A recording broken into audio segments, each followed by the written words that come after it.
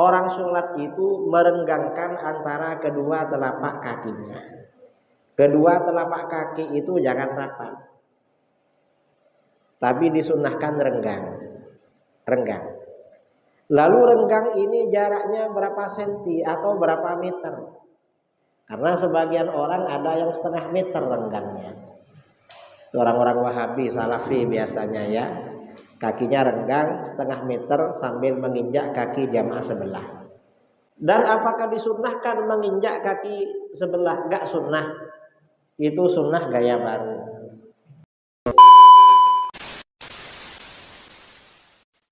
Assalamualaikum warahmatullahi wabarakatuh.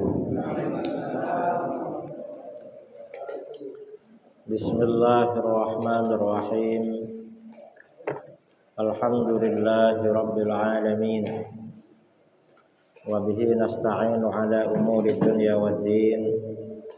Wassalatu wassalamu ala asyrafil anbiya wal mursalin Sayyidina Muhammadin wa ala alihi wa sahbihi ajma'in. Amma ba'du. Saudara-saudara para jamaah Musholla Al-Ikhlas Perumahan PJA Pesona Jati Asri, baik yang dari sekitar perumahan maupun yang dari luar kota atau dari luar perumahan, yang saya banggakan dan saya cintai. Alhamdulillah, pada malam ini kita tetap istiqomah mengadakan kajian rutinan bulanan. Mudah-mudahan ke depan kita terus istiqomah. Setiap bulan paling tidak sebulan sekali ada kajian keilmuan. Minimal ilmu yang memang urgen dan sangat penting untuk kita ketahui dalam menjalani kehidupan di dunia ini, terutama ilmu yang berkaitan dengan ibadah kepada Allah atau ilmu tentang ibadah sholat. Tema pada malam ini seperti yang kita tulis di dalam flyer adalah mengatasi problema kehidupan dengan sholat khusyuk. Tadi ada yang usul pada saya, mestinya bukan problematika kehidupan, karena hidup memang banyak problemnya. Apa? Katanya problematika rumah tangga, karena di rumah tangga aja ada problem, apalagi dalam kehidupan. Ada yang bilang begitu, ya gak apa-apa lah. Memang judul yang ada ini kita bikin biar ada judulnya, daripada gak ada judulnya. Nah, kebetulan kajian utama kita ini berangkat dari kitab Khamsumi'ati Sunnatin min Sinanis Shalah ala madhabil Imam Asy-Syafi'i radhiyallahu anhu. 500 sunnah di antara sunnah-sunnah sholat menurut mazhab Imam Syafi'i. Ternyata sholat itu kalau kita tekuni satu sholat aja, sunnahnya itu minimal 500. Dari 500 sunnah itu, pertama yang kita tahu ada berapa? Itu yang pertama. Yang kedua, yang kita amalkan, kita jalankan berapa?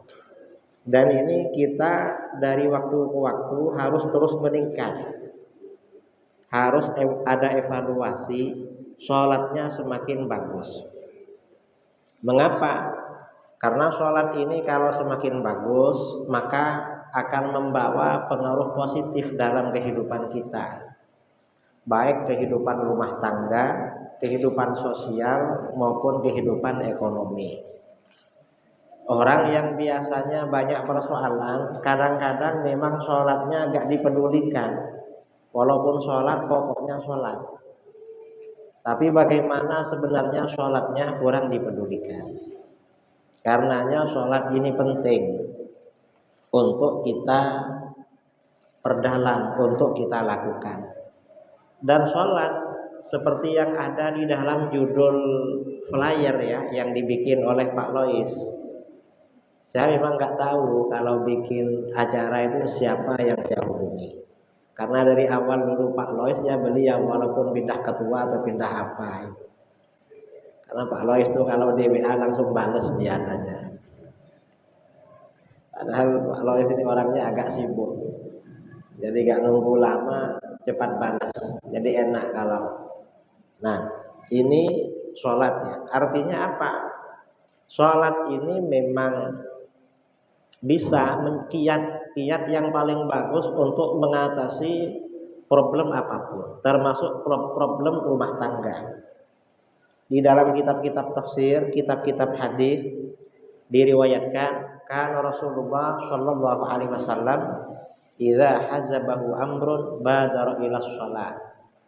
Rasulullah itu kalau ada persoalan mendesak, ada persoalan kok berat atau persoalan apa, segera sholat. Mengapa sholat? Karena kunci solusi persoalan itu ada pada Allah. Kita punya persoalan, yang menyelesaikan bukan kita, itu Allah. Dan kita berbicara kepada Allah itu melalui sholat. Karenanya sahabat yang punya persoalan berat disuruh sholat. Suatu ketika, ini cerita dulu ya sebelum memulai kitab sunnah-sunnahnya sholat, agar sesuai dengan judul tema kajian kita. Suatu ketika Rasulullah Shallallahu Alaihi Wasallam mengajar di rumah salah seorang sahabat, ceramah lah atau apa, beri nasihat. Tiba-tiba ada seorang laki-laki, seorang sahabat tunanetra, buta, datang. Lalu laki-laki ini berkata, ya Rasulullah, ud'ullaha ayyakshifa basari. Hai Rasulullah, doakan pada Allah agar Allah menyembuhkan pandanganku, agar aku sembuh dari buta.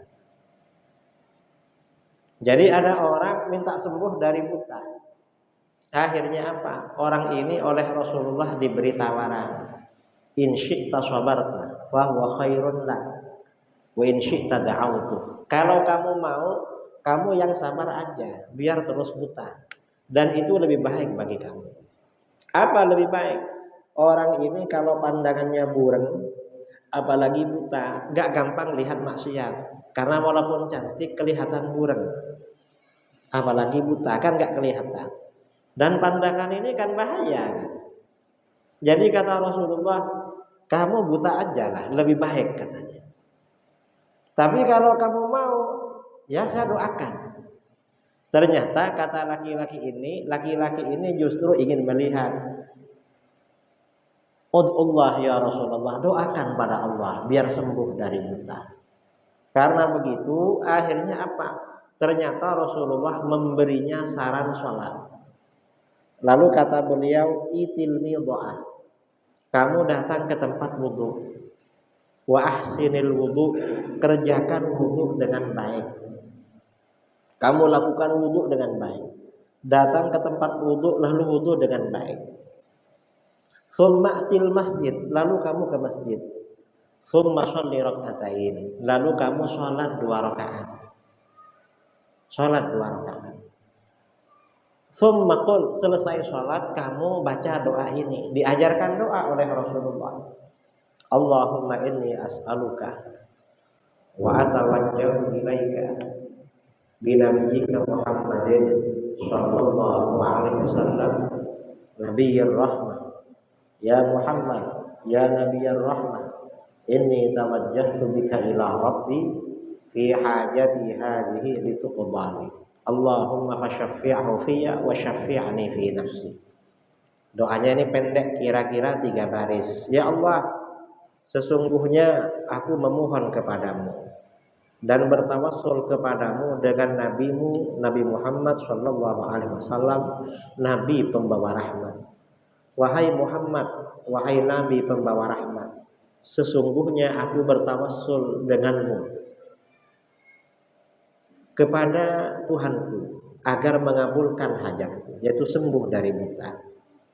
Akhirnya orang ini pergi wudhu, mungkin ada yang mengantar ya, berwudhu dengan baik. Habis itu ke masjid sholat hajat 2 rakaat. Selesai sholat hajat baca doa itu. Tidak lama kemudian laki-laki ini datang lagi ke tempat Nabi mengajar, sudah sembuh dari buta. Artinya apa? Sholat ini bisa menjadi solusi persoalan apa saja. Persoalan. Karenanya apapun yang kita hadapi, galau, cemas, risau, jangan khawatir. Dunia ini bukan kita yang menjalankan dunia ini. Misalnya karena ekonomi atau karena anak, karena keluarga, karena apa? Jangan khawatir. Kita hidup ke dunia bukan kemauan kita. Tahu-tahu kita lahir. Apa kita ini sebelum lahir memang punya rencana? Kan gak ada kan? Loh, aku ini kok urip rek. Saya ini kok hidup dari mana? Dunia ini ada yang merencanakan, ada yang mengatur. Siapa yang merencanakan, yang mengatur semuanya? Allah. Karenanya kalau apa-apa solusinya sholat. Makanya di dalam sholat itu ada sholat hajat. Dan sholat hajat ini sholat hajat apa saja? Tadi itu sebenarnya akan sholat hajat, cuma sholat hajat sembuh dari buta. Dan ternyata hadis ini oleh para ulama tidak diartikan secara literal. Artinya apa? Doa hajat ini tidak hanya berlaku bagi orang yang ingin sembuh dari sakit keras, sakit kritis. Tapi hajat apapun ternyata pakai doa ini. Mengapa? Terbukti setelah Rasulullah wafat pada masa Khalifah Sayyidina Utsman bin Affan radhiyallahu an, perawi hadis ini sahabat Utsman bin Hunayf yang meriwayatkan hadis ini melihat seorang laki-laki mundar-mandir ke rumahnya Khalifah. Khalifah itu kalau sekarang presiden Pak Jokowi lah. Kalau orang bolak-balik ya ke rumahnya orang, berarti kan ada perlu. Cuma mungkin nggak dibukakan pintu, atau mungkin nggak tahu orangnya nggak ada, atau yang di dalam nggak dengar. Datang lagi, nggak ada yang nyaut, pergi lagi. Akhirnya apa? Orang ini sama Utsman bin Hunayf ditanya, kamu ada perlu apa? Kamu macam ada keperluan, macam ada hajat, mundar-mandir. Iya Tuhan. Apa? Saya ini mengajukan permohonan, mengajukan proposal kepada Khalifah, mengajukan permohonan bantuan. Terus dari kemarin-kemarin sampai sekarang belum dapat panggilan, diterima apa enggak?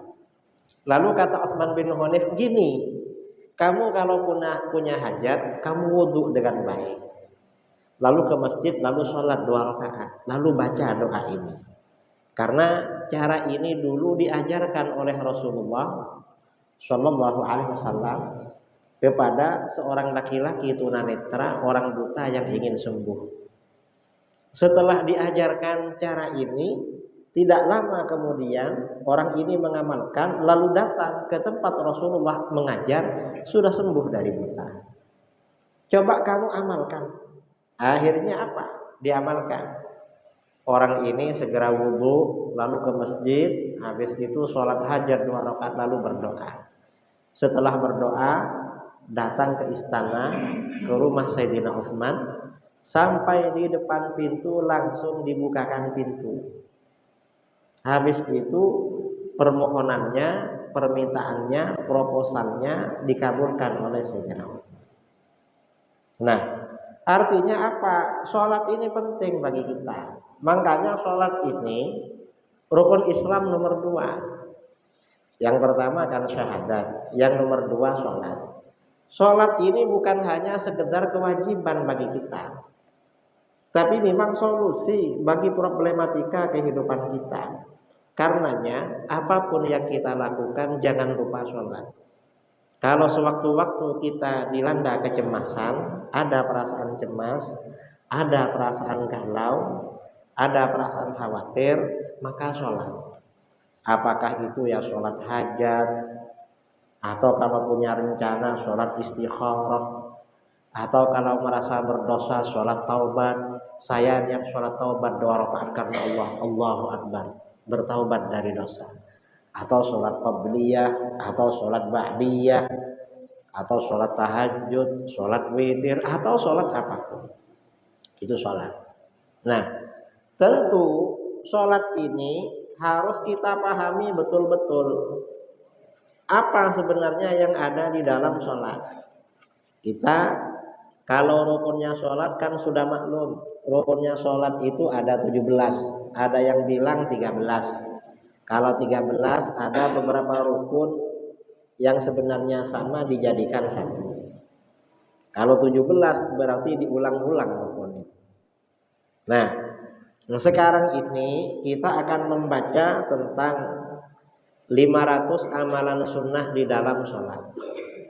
Ini kitab syarahnya Bidayatul Minnah fi syarhi 500 sunnah min sunanis shalah ala madhhabil imam asy-Syafi'i bil Allama Al-Habib Sa'ad Al-Hadrami.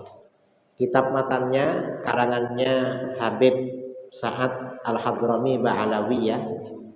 Habib Muhammad bin Alawi, terkenal dengan Habib Sa'ad Al-Hadrami Ba'alawi.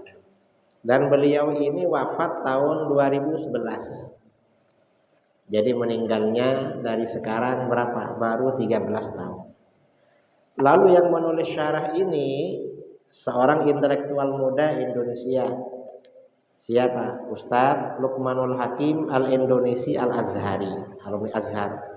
Sekarang tinggal di Jakarta dan kebetulan kitab ini hadiah dari penulisnya. Saya dari kemarin-kemarin rutinan di musola ini mikir-mikir orang nih mau dikasih apa gitu. Wes kita baca bab sholat lah sampai tuntas. Agar sholat kita ya sholat saya terutama sholat saudara sempurna, sholat keluarga kita sempurna.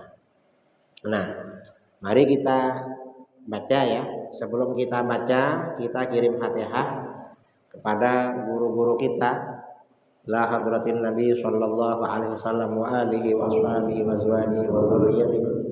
Andallaha yu'li darajatihim fil jannah wa yanfa'una bi asrarihim wa anwarihim wa ulumihim fid din wad dunya wal akhirah. Waj'alna min hizbihim yarzuquna mahabbatahum wa tawaffana ala millatihim wa yahsyuruna fi zumratihim. Al-Fatihah. A'udzu billahi minasy syaithanir rajim. Bismillahirrahmanirrahim. Alhamdulillahi rabbil alamin arrahmanir rahim maliki yaumiddin. Iyyaka na'budu wa iyyaka nasta'in ihdinas siratal mustaqim siratal ladzina an'amta 'alaihim ghairil maghdubi 'alaihim waladdallin. Amin. Al-Fatihah. La ruhi sayyidina Imam Asy-Syafi'i wa la ruhi sayyidah Nafisah wa la ruhi sayyidina Imam Ghazali wa la ruhi sultan awliya Syekh Abdul Qadir Jilani wa Sayyidil Habib Abdullah bin Ali Al-Haddad usulihim wa furu'ihim wa dhabil huquq alaihim ajma'in. Allaha yaghfir lahum yarhamhum wa ya'li darajatihim fil jannah wa yanfa'na bi asrarihim wa anwarihim wa 'ulumihim fid din wad dunya wal akhirah. Al-Fatihah. A'udzu billahi minasy syaithanir rajim. Bismillahirrahmanirrahim. Alhamdulillahi rabbil alamin arrahmanir rahim maliki yaumiddin. Iyyaka na'budu wa iyyaka nasta'in ihdinas siratal mustaqim siratal ladzina an'amta 'alaihim ghairil maghdubi 'alaihim waladdallin. Amin. Al-Fatihah. Lil arwahil awliya wasyuhada wassalihin wal mudir rasyidin wal ulama'il 'amilin. Thumma ila arwah masyayikhina masyayikhina khususan la arwahi muallifil kitab Al-Habib Sa'ad Al-Hadrami wa usulihi wa furu'ihi wa syuyukhihi wa talamihi wa dhabil huquq alaihim ajma'in. Allaha yaghfir lahum yarhamhum wa ya'li darajatihim fil jannah wa yanfa'na bi asrarihim wa anwarihim wa 'ulumihim fid din wad dunya wal akhirah. Al-Fatihah.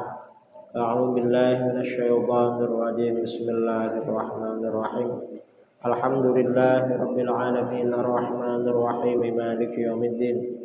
إياك نعبد وإياك نستعين اهدنا الصراط المستقيم صراط الذين أنعمت عليهم غير المغضوب عليهم ولا الضالين آمين. الفاتحة لأرواح آبائنا وأمهاتنا وجداتنا وجداتنا وإخواننا وأخواتنا وأعمامنا وعماتنا وأخوالنا وخالاتنا وأصهارنا وذوي الحقوق علينا وعليهم أجمعين أن الله يغفر لهم ويرحمهم ويعلي درجاتهم في الجنة وينفعنا بأسرارهم وأنوارهم وعلومهم في الدين والدنيا والآخرة. الفاتحة. أعوذ بالله من الشيطان الرجيم. بسم الله الرحمن الرحيم. الحمد لله رب العالمين الرحمن الرحيم مالك يوم الدين إياك نعبد وإياك نستعين اهدنا الصراط المستقيم صراط الذين أنعمت عليهم غير المغضوب عليهم ولا الضالين آمين. الفاتحة بنية القبول تمام كل سؤل ومأمول وصلاح الشأن ظاهرا وباطنا في الدين والدنيا والآخرة دافعة لكل شر جالبة لكل خير لنا ولوالدينا وأحبابنا مشايخنا في الدين مع اللطف والعافية مع الآنية أن الله ينور قلوبنا وقوالبنا مع الهدى والتقى والعفاف والموت على دين الإسلام والإيمان بلا محنة ولا امتحان بجاه سيد ولد عدنان جامعة لكل يد صالحة وإلى حضرة النبي صلى الله عليه وسلم. الفاتحة. أعوذ بالله من الشيطان الرجيم. بسم الله الرحمن الرحيم. الحمد لله رب العالمين الرحمن الرحيم مالك يوم الدين إياك نعبد وإياك نستعين اهدنا الصراط المستقيم صراط الذين أنعمت عليهم غير المغضوب عليهم ولا الضالين آمين. قال المؤلف رحمه الله ونفعنا به وبعلومه في الدارين آمين. Muallif di sini berkata sunanus sholat, sunnah-sunnah sholat. Sunnah-sunnah ini mencakup sebelum sholat, menjelang sholat maupun di dalam sholat.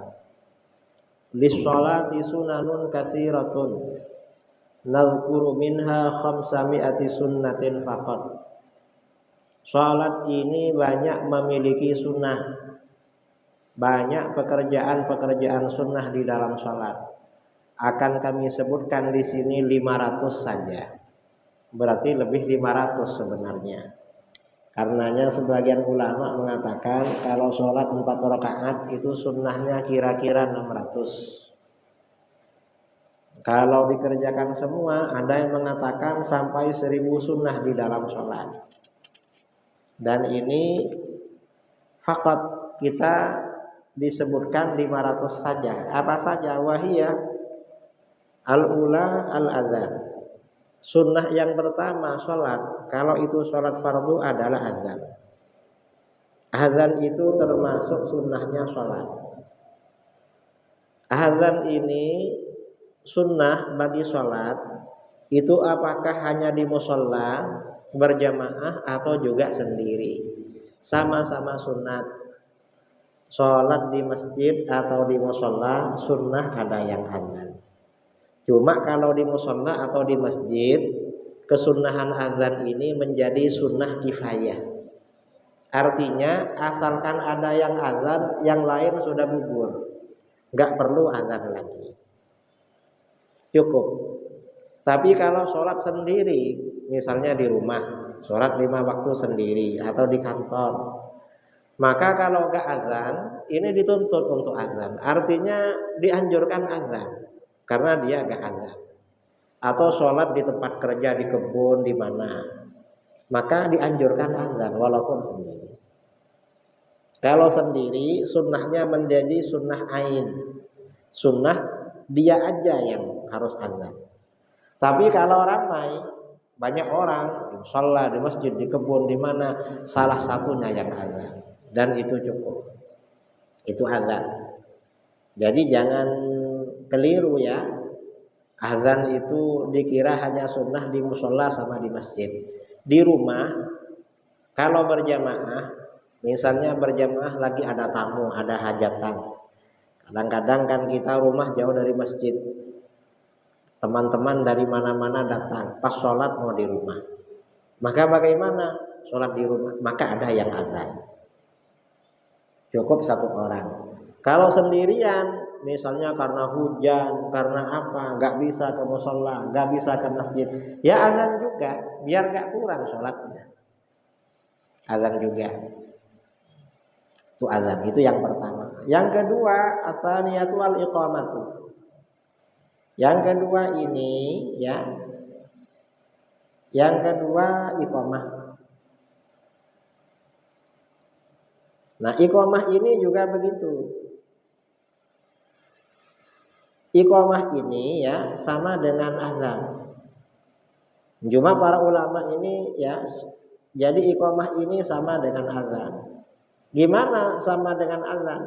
Kalau sendirian ya iqamah sendiri. Kalau berjamaah salah satu yang iqamah. Baik imamnya atau makmumnya. Kalau makmumnya ya, misalnya kita makmum dengan orang yang malu iqamah. Makmumnya mau disuruh iqamah malu. Mengapa malu? Mungkin karena agak terbiasa atau tidak bakat. Karena kadang-kadang bakat-bakatan. Tahu karena apa? Maka imamnya iqamah juga. Iqamah. Mengapa? Biar sunnahnya gugur. Kalau enggak kan tetap sunnah. Biar gak ditinggalkan. Karenanya azan ini sunnah ya. Bagi orang yang sholat sendirian, sholat fardu, iqamahnya sunnah ain. Artinya dia dianjurkan iqamah. Kalau sholat berjamaah maka salah satunya ada yang iqamah, ya dah selesai. Itu iqamah. Ini sunnah yang kedua.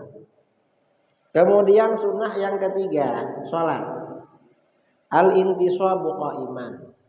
Berdiri sebelum sholat. Sholat itu kalau sholat fardu, berdiri itu termasuk rukun bagi orang yang mampu. Kita ini kan tadi kan mampu sholat, maka berdiri rukun. Nah, kalau berdiri sebelum sholat maka hukumnya sunnah. Jadi untuk berdiri gak nunggu takbir, pokoknya iqamah kita sudah berdiri. Kalau bacaan iqamah ini, iqamah itu berdiri ketika yang iqamah baca apa? Kalau di dalam kitab fikih Syafi'i, mazhab kita, selesai iqamah baru berdiri. Kalau mazhab lain, begitu dibaca qad qamatis shalah baru berdiri. Cuma kadang-kadang orang-orang belum iqamah kadang berdiri. Mengapa? Karena jamnya sudah pas di atas itu. Padahal bukan ikut itu sebenarnya ya. Kalau jamnya mati gimana? Apa gak berdiri? Kan enggak. Mestinya yang selesai iqamah baru berdiri. Kalau mazhab lain setelah qad qamatis shalah baru berdiri. Tapi gak apa-apa sebenarnya berdiri. Nah, berdiri sebelum sholat itu hukumnya sunnah, termasuk sunnahnya sholat. Kalau pada waktu sholat maka ya diwajibkan berdiri bagi sholat fardu, wajib berdiri. Dan takbiratul ihram, takbirnya itu harus dilakukan ketika berdiri. Karenanya kalau orang takbiratul ihram dari duduk Allahu Akbar sambil berdiri gak sah sholatnya itu. Karena sebagian takbirnya dikerjakan tidak dalam waktu berdiri. Ini yang ketiga. Yang keempat, ayyufarrija baina qadamaihi. Orang sholat itu merenggangkan antara kedua telapak kakinya. Kedua telapak kaki itu jangan rapat, tapi disunnahkan renggang.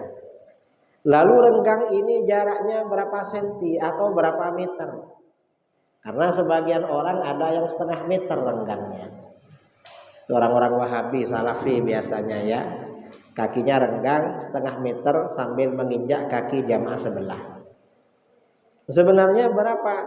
Ayyakuna qadra shibrin. Kaki kanan dan kaki kiri renggangnya itu kira-kira 1 jengkal. Jaraknya kaki kanan kaki kiri 1 jengkal. Jadi bukan 2 jengkal apalagi setengah meter. Kalau misalnya ada yang bolong softnya ya, ada yang renggang, ya ini ditarik merapat. Jadi kira-kira 1 jengkal. Mengapa 1 jengkal?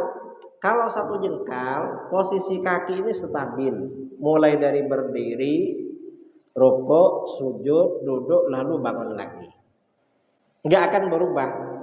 Tapi kalau macam saudara-saudara kita, orang-orang Salafi, Wahabi, yang kakinya kalau as-safnya kosong lalu merapat pada kaki sebelah, itu rusak ketika sujud atau rukuk. Karena ketika sujud, apalagi rukuk, apalagi duduk, kalau tetap melebar gak enak, sakit. Maka gini, nanti ketika berdiri bingung memposisikan kakinya, gak stabil. Makanya yang sunnah itu jarak kaki kanan dan kaki kiri itu satu jengkal. Ada yang mengatakan kira-kira 4 jari, tapi ya satu jengkal ya, kira-kira begini itu jaraknya. Nah, kemudian ini ada hubungannya dengan cara merapikan shaf dengan jamaah sebelah. Itu bagaimana? Ya pokoknya rapat, jangan terlalu rapat. Kalau terlalu rapat susah juga mau rukuk mau sujud itu. Jangan. Dan apakah disunnahkan menginjak kaki sebelah? Enggak sunnah. Itu sunnah gaya baru. Memang ada hadis ya, riwayat Imam Bukhari atau Muslim dari Anas bin Malik radhiyallahu an. Beliau berkata, "Fakana ahaduna yulshiqu qadamahu biqadami sahibi wa mankibahu bimankibi sahibi." Salah seorang kami menempelkan telapak kaki pada telapak kaki sebelah, pundak pada pundak sebelah. Itu maksudnya kata para ulama artinya rapat, tapi gak terlalu rapat. Karena dari dulu gak ada orang sholat berjamaah kaki menginjak kaki jamaah sebelah, gak ada dari dulu. Karena walaupun renggang dikit itu dimaafkan masih. Kalau terlalu rapat ya gak enak memang. Coba saudara sholat kakinya diinjak, kira-kira khusyuk apa enggak? Kan gak khusyuk. Saya pernah ya sholat bukan di sini, ada dekat masjid baru di daerah sini di selatan ya. Ada rumah makan yang baru itu sana, terus masuk sini sholat. Pas sholat ada jamaah sebelah ini nginjak kaki. Akhirnya saya menghindar. Ternyata kakinya mengejar lagi. Wah ini kok mengejar ini, ganggu sholat aja. Akhirnya rakaat berikutnya saya menghindar lagi, ngejar lagi. Sampai keempat kali ngejar, karena saya menghindar akhirnya gak ngejar lagi.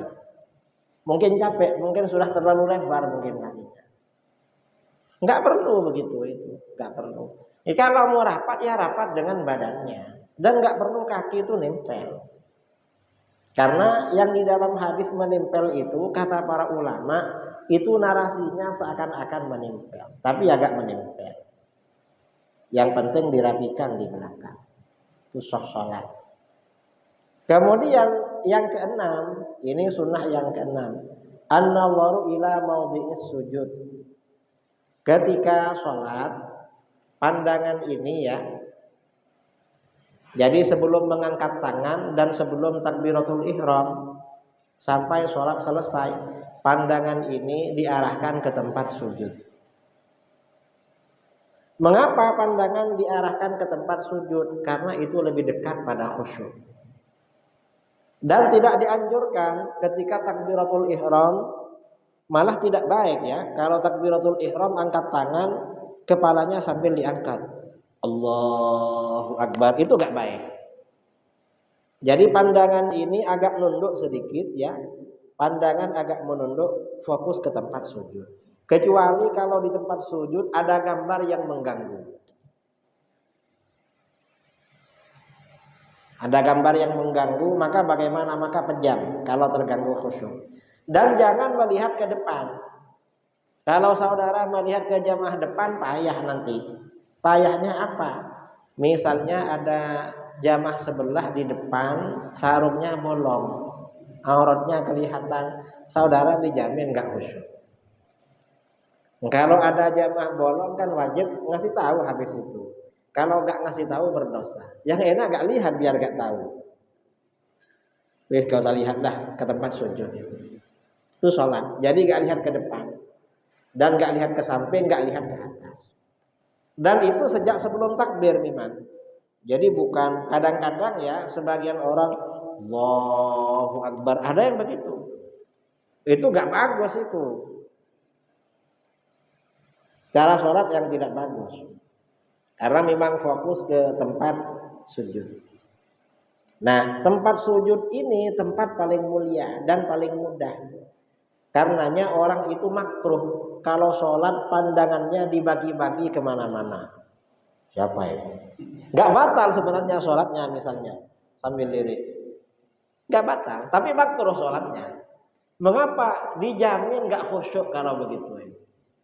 Apalagi sholat di pinggir-pinggir, ya di pinggir masjid. Setiap ada mobil orang lewat dilirik sama dia. Sopo kira gitu. Siapa ini? Tambah gak khusyuk itu. Ini sholat. Makanya sholat tuh yang bagus ya memang di depan ya, apa di tempat khusus, kira-kira fokus gak terganggu. Kemudian makruh juga kalau sholat itu lihat ke atas. Sambil sholat lihat ke atas itu makruh. Atau makruh juga kalau sholat lihat ke depannya, ke jamaah yang di depan. Atau misalnya karena masjidnya masjid baru, dinding di depan ada bacaan-bacaan, sambil baca tulisan di depan. Itu makruh juga. Jadi yang sunnah itu ketika sholat pandangan diarahkan ke tempat sujud, bukan ke tempat yang lain. Itu agar lebih khusyuk. Nah, kemudian ya yang ketujuh, sunnah yang ketujuh ya, ayyudiman nadhara ila mawdi'is sujud fi jami'i sholatihi haitsu fataha alaihi. Dia terus memandang ke tempat sujud. Pandangan ke tempat sujud ini terus menerus dilakukan ya dalam semua sholatnya selama dia membuka pandangan. Selama pandangan terbuka memang lihatnya ke tempat sujud, gak lihat kemana-mana di dalam sholat. Selama pandangan dibuka.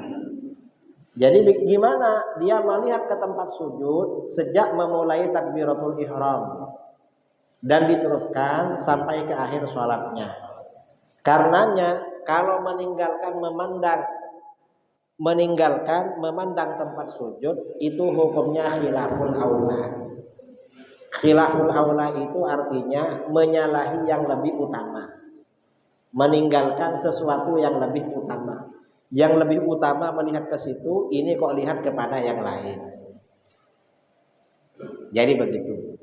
Kecuali ya kalau sholat malam atau sholat bulan Ramadan atau qiyamul lail bagi orang yang ingin menghatamkan Al-Quran dalam sholat dan dia gak hafal Quran, gak apa-apa lihat mushaf.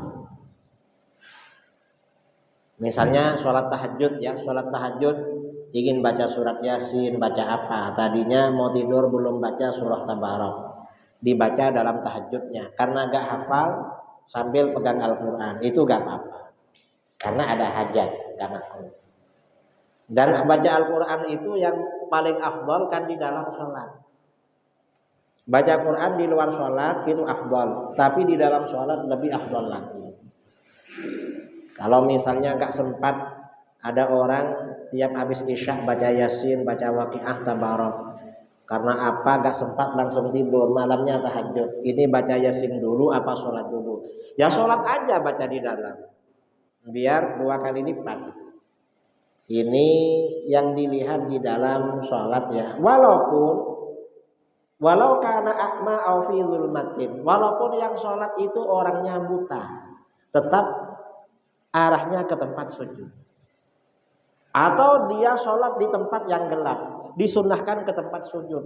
Dia sholat di kamarnya digelapkan, dimatikan, tetap pandangannya ke tempat sujud. Karena itu hukumnya sunnah. Kecuali illa fi halati syiddatil khauf wal aduwwu amamahu fayanzuru ila jihati. Kecuali dalam kondisi sangat takut, kondisi perang. Misalnya umat Islam di Gaza, perang dengan Israel, waktunya sholat, musuh kayaknya dari sana. maka jangan lihat ke tempat sujud, lihat ke arah musuh. Nanti dia muncul langsung ditembak.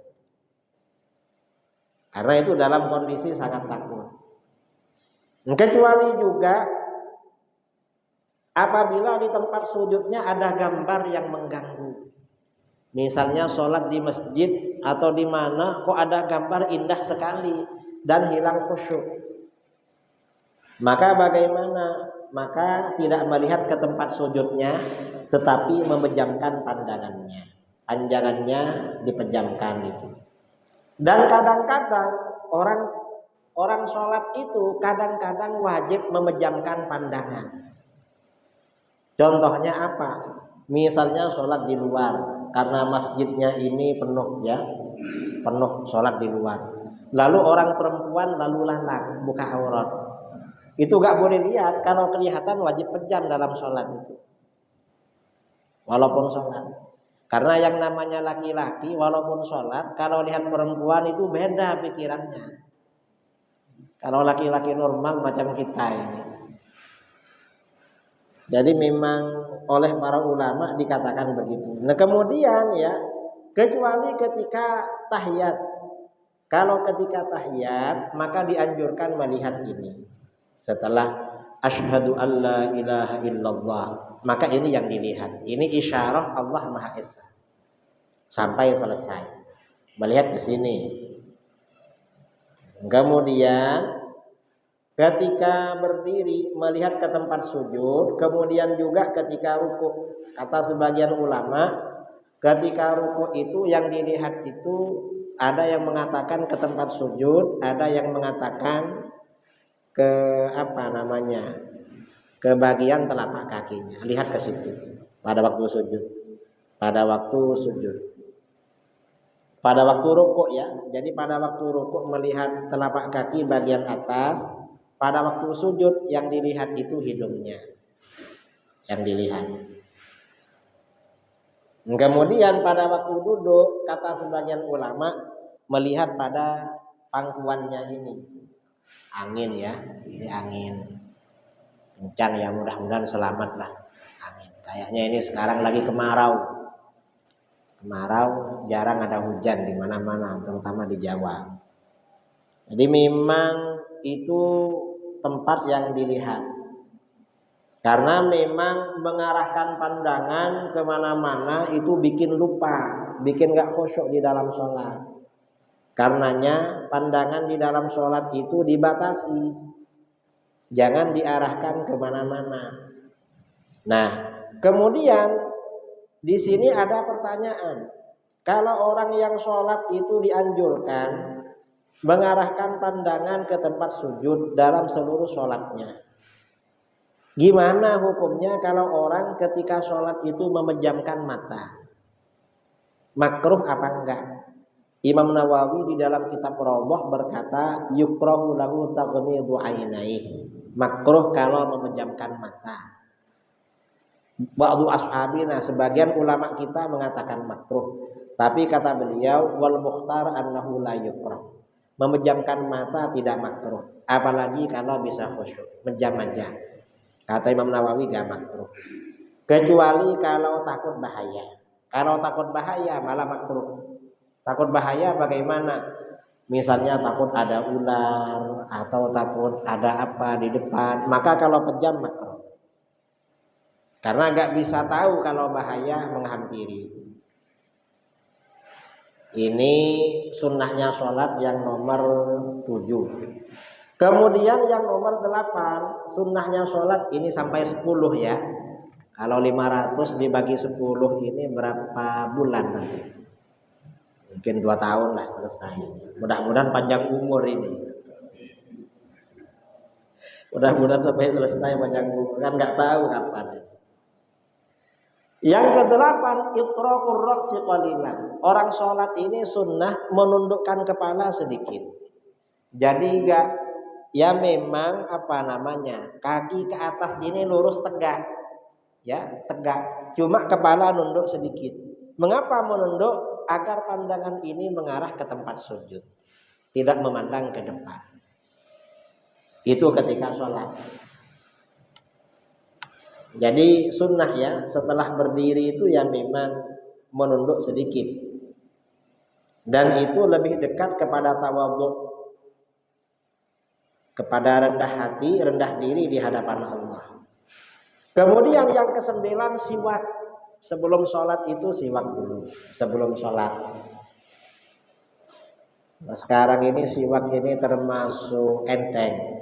Mengapa? Karena siwak biasanya di kamar mandi pakai sikat. Tapi kalau pakai sikat gigi itu sudah siwak juga. Cuma siwak masih lama kan mau sholat. Kalau sebelum sholat itu sunnah baru gitu. Bawa siwak itu. Dan siwak ini paling mudah tertinggal biasanya. Ada nanti tertinggal. Kemudian yang 10 ya, ini 10 aja ya. Setelah ini beberapa lah. Ini mirip-mirip. Yustahabbu lirrajul al yusalliya fi thawbain qamisin warida. Seorang laki-laki dianjurkan sholat dalam 2 pakaian, yaitu gamis, kemudian ada selendang. Jadi memang dianjurkan selain baju begini lalu ada gamis. Memang bajunya 2 lapis sampai ke bawah. Au izarin wa sarawil. Atau kalau bukan gamis sama selendang, maka sarung dan celana. Jadi ada celana, kemudian di luarnya ada sarung, celana dalam. Mengapa? Kalau cuma sarung gak ada celana, nanti pada waktu sujud khawatir ada apa-apa, kelihatan atau robek atau bagaimana. Itu bagi laki-laki sunnah, minimal itu pakaiannya 2. Tapi ini rata-rata 3 kayaknya ini. Karena masih pakai celana, ada celana dalam, udah 2 ini. Bajunya ada baju, ada kaos dalam di dalam. Itu sudah memenuhi sunnah. Fa in iktasara ala satiril aurah jazah. Kalau membatasi pada penutup aurat maka boleh. Wastuhibba ayyadha ala atiqihi syai'an, dan disunnahkan meletakkan sesuatu pada pundaknya. Misalnya kalau punya tetangga pulang umroh atau pulang haji, lalu kita ziarah dikasih surban, itu jangan dijadikan pusaka, jangan dijadikan jimat. Dijadikan jimat gak pernah dibuka, sehingga ketika dibuka bertahun-tahun masih bawa. Siapa? Dari haji itu. Kapan? 5 tahun lalu.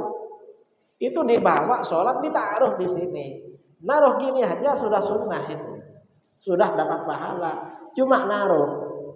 Mengapa sunnah? Karena kalau di pundak ini ada sesuatu lebih gagah daripada gak ada sama sekali. Lebih gagah. Ini bagi laki-laki ya. Kalau bagi perempuan, amal mar'ah fal mustahabbu laha an tusalli fi salasati aswab. Kalau perempuan itu yang sunnah bajunya 3 lapis. 3 lapis. Ada kerudung yang menutupi kepala dan leher, ya. Kemudian ada baju yang menutupi badan sampai kedua kaki. Lalu ada selimut yang ada di luar semuanya. Ada milhafah, kemul atau apa bagian luar. Jadi memang orang perempuan ini lebih tertutup lagi di dalam sholat. Mengapa? Karena keluar juga tertutup. Lebih tertutup, lebih berwibawa. Dan kemudian luksur rida dianjurkan juga pakai selendang. Ada selendang di sini. Yang ke-11. Yang ke-12 luksul kufiyah, pakai songkok. Kepala ini tidak dibuka tapi tertutup. Ada tutupnya, songkok atau topi. Tapi kalau topi itu payungnya jangan ke depan, tapi ke belakang atau ke atas. Pokoknya ditutup. Karenanya bagi orang yang kerja keluar, beli songkok yang simple yang bisa ditaruh di saku. Kadang-kadang kerja mau songkokan kan tidak pede kan, atau mungkin ya kurang perkembangan zaman atau apa. Taruhlah di mobilnya atau di sakunya. Nanti pas sholat untuk nutup kepala. Mengapa? Karena itu sunnah. Biar ada bedanya orang sholat dengan orang yang di luar sholat. Oh sholat ini kepalanya ditutup. Kemudian yang lebih berat lagi yang ke-13, ini memakai imamah, pakai surban. diikat begini. Itu sunnah juga hukumnya. Nah ini saya kira ya kita cukup sunnah-sunnah ini berkaitan dengan pakaian ya, dengan pandangan, dengan posisi berdiri pada waktu sholat, dan ini disiapkan sejak sebelum sholat. Sebelum sholat sudah disiapkan ini. Nah, mudah-mudahanlah sholat kita ke depan semakin baik dan semakin sempurna. Sebelum kita tutup, ini ada waktu 10 menit atau 15 menit untuk tanya jawab. Bisa tentang sholat dan bisa persoalan apa saja.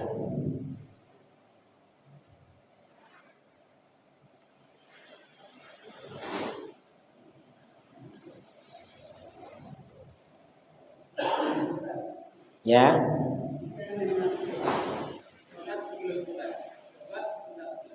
Hah?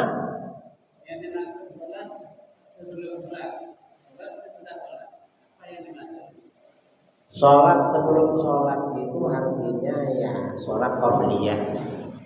Sebelum sholat isya ada qabliyah isya, mungkin itu. Setelah sholat lagi itu namanya sholat ba'diyah. Artinya kita sholat terus.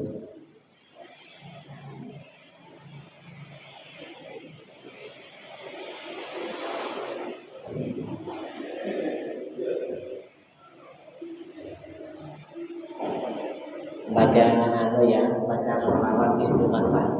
Ini kayaknya angin, takut kena apa-apa. Mudah-mudahan aman. Kita baca sholawat nariyah bareng-bareng. Bismillahirrahmanirrahim. Allahumma sholli sholatan kamilatan wa sallim salaman tamman ala sayyidina Muhammadin tanhallu bihil uqadu wa tanfariju bihil qurahu wa tuqta bihil hawadiju wa tunalu bihil ghaibu wa husnul khawatimi wa yustasqal ghamamu biwajhil karim wa ala alihi wa sahbihi fi kulli lamhati wa nafasi bi'adadi kulli ma'lumillah. Allahumma sholli sholatan kamilatan wa sallim salaman tamman ala sayyidina Muhammadin tanhallu bihil uqadu wa tanfariju bihil qurahu wa tuqda bihil hawaiju wa tunalu bihil ghaibu wa husnul khawatimi wa yustasqal ghamamu biwajhil karim wa ala alihi wa sahbihi fi kulli lamhati wa nafasi bi'adadi kulli ma'lumillah. Saya kira ini ya kita cukup dengan. Ada yang mau ditanyakan? Ya ini silakan. Apa? Ya, boleh, boleh.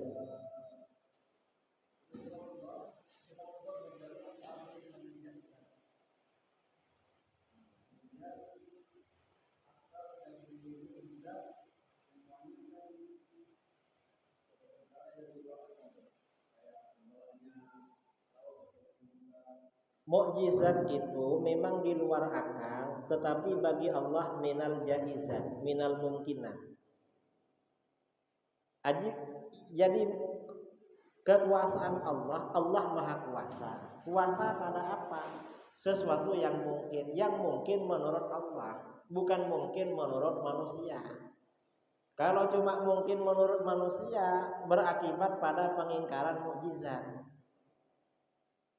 Mengapa begitu? Karena para ulama menyebutkan ta'alluqnya qudrah dengan mungkinat atau jaizat. Ini khawatir ada orang bodoh mengeluarkan pertanyaan bodoh. Dan kalau dijawab bisa kufur. Atau tidak dijawab bisa kufur. Misalnya ada pertanyaan, Allah itu kan Maha Kuasa. Kira-kira Allah, misalnya ya, ada orang nanya, dengan kekuasaan Allah, apakah Allah itu Maha Kuasa? Menciptakan batu besar sampai Allah sendiri gak mampu mengangkatnya. Misalnya. Ini kan pertanyaan bodoh kan. Yang namanya tidak mampu mengangkat itu kan bukan sifatnya Tuhan, sifatnya makhluk. Ini menggabungkan sifatnya Tuhan dengan sifatnya makhluk. Nah, kalau manusia membuat barang sendiri sampai gak mampu mengangkatnya ya biasa. Kita ini mengumpulkan barang sampai gak ngangkat. Tapi kalau Tuhan kan enggak. Karena sifat lemah bukan sifatnya Tuhan, tapi sifatnya makhluk. Maksudnya seperti itu. Kalau mukjizat sama dengan karomah. Karomah para wali itu kan juga mukjizat bagi para nabi. Karomah para wali dan mukjizat para nabi itu sama. Memang hal-hal yang luar biasa, tetapi bagi Allah itu termasuk mungkinan, termasuk sesuatu yang mungkin. Ada lagi?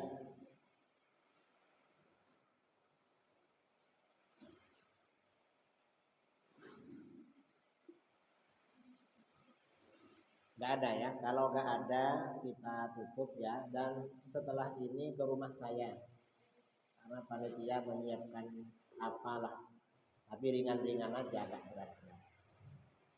Mudah-mudahan bermanfaat. Mari kita baca doa, mudah-mudahan selamat ya, karena ini angin. Warga kita, bangsa kita diselamatkan oleh Allah Subhanahu wa taala. Bismillahirrahmanirrahim. Alhamdulillahirabbil alamin. Hamdan yuwafi ni'matahu mazidah. Allahumma shalli ala sayyidina Muhammadin shalatan tunjina biha min jami'il ahwali wal afat wa taqdi lana biha jami'al hajat wa tutahhiruna biha min jami'is sayyi'at wa tarfa'una biha indaka a'la darajat wa tuballighuna biha aqsal ghayat min jami'il khairati fil hayati wa ba'dal mamat wa ala alihi wa sahbihi wa sallim. Allahumma atina fid dunya hasanatan wa fil akhirati hasanatan wa qina adzabannar. Rabbana hab lana min azwajina wa dhurriyyatina qurrata a'yunin waj'alna lil muttaqina imama. Allahumma inna nas'aluka al-'afiyata fid dunya wal akhirah wa nas'aluka al-'afwa wal 'afiyata wal mu'afata ad-da'imata fid din wad dunya wal akhirah. Allahumma inna nas'aluka al-huda wat tuqa wal 'afafa wal ghina. Allahumma ahsin 'aqibatana fil umuri kulliha wa ajirna min khizyid dunya wa 'adzabil akhirah. Allahumma ighfir lana dhunubana wa liwalidina wa masyayikhina wa dhawil huquq 'alaina wa li jami'il mu'minin wal mu'minat wal muslimin wal muslimat al ahya'i minhum wal amwat. Wa sallallahu ala sayyidina Muhammadin nabiyil ummi wa ala alihi wa sahbihi wa barak wa sallam tasliman katsira. Subhana rabbika rabbil 'izzati amma yasifun. Wassalamun alal mursalin walhamdulillahi rabbil alamin. Sirrul Fatihah. A'udzu billahi minasyaitonir rajim. Bismillahirrahmanirrahim.